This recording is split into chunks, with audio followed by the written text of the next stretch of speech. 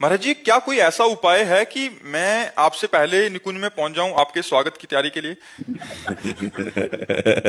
किसका प्रश्न है? अब ये तो यार श्री जी कर सकते हैं, श्री जी कर। वैसे अगर ऐसा होता तो सैकड़ों तैयार हैं कि हम आपसे पहले जाए। हम कभी ये ना सुने कि आप चले गए।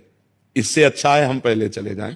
ऐसे मान लो आप तो गृहस्थी में रह रहे हैं, हमारे विरक्त बच्चों से पूछा जाए तो सब हाथ उठा देंगे कि हम पहले जाना चाहते हैं। हम कभी ये सुनना नहीं चाहते कि हमारे गुरुजी पधार गए। हम तो ये देखना चाहते हैं कि हम पहले पधार गए और गुरुजी का स्वागत करें। तो सब ऐसा चाहते हैं। लेकिन भैया, नर सोची नहीं होत है, हरि सोची तत्काल। बलि चाहा आकाश को, प्रभु भेज दिल पाताल। रसातल का राज दे दिया। तो हमारे तुम्हारी सोच से नहीं होगा, सोच वही होगी जो श्री जी की होगी। महाराज जी, हम आपको यही स्वरूप में देखना चाहते हैं। वहां भी सहचरी भी हो तो ऐसे ही हो। आपका स्वभाव भी यही हो जैसे हमसे हंस खेलते हैं। नहीं, ये तो पांच भौतिक स्वरूप ये इसी देश का है।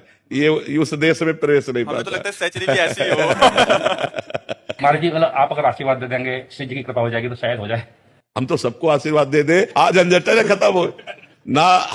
हमको क्या चिंता है कि जितने शरणागत हैं, हमारा शरीर पूरा होने के बाद ये कैसे रहेंगे, इनकी कैसे खान पान की व्यवस्था अलग चीज होती है। एक प्यार, एक दुलार, एक वातावरण, एक तो वो जो कि हमारे गुरु जी हैं, हमारी बात है, कोई बात आई तो हमसे समस्या का समाधान है, एक प्यार है, ये सब अनाथ हो जाएंगे, नहीं हो जाएंगे। लेकिन अपना कोई बस थोड़ी है, अपना कोई बस नहीं।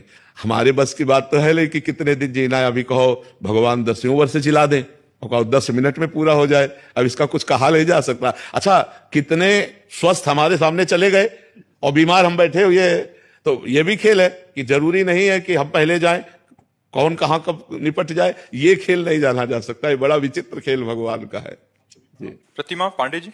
राधे राधे। महाराज जी, निंदा क्या है? दूसरे के दोषों का दर्शन करके वर्णन करना, दूसरों के दोष देख करके उनका वर्णन करना।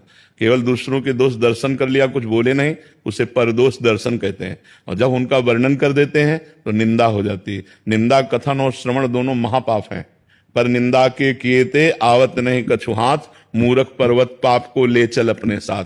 भक्तन निंदा अति बुरी भूल करे जिन कोय, के सुकृत बहु जन्म के क्षण में डारे खोए। बहुत जन्मों के पुण्य एक क्षण में नष्ट हो जाते हैं जब कोई संत भक्तों की निंदा करता है। और जब दूसरों की निंदा करता है तो पाप की पोटरी लेकर नरक जाता है, कोई लाभ तो मिलता नहीं। इसलिए दूसरों के दोष दर्शन करना, दूसरों की निंदा करना, दूसरों की निंदा सुनना, साधक को इनका त्याग कर देना चाहिए।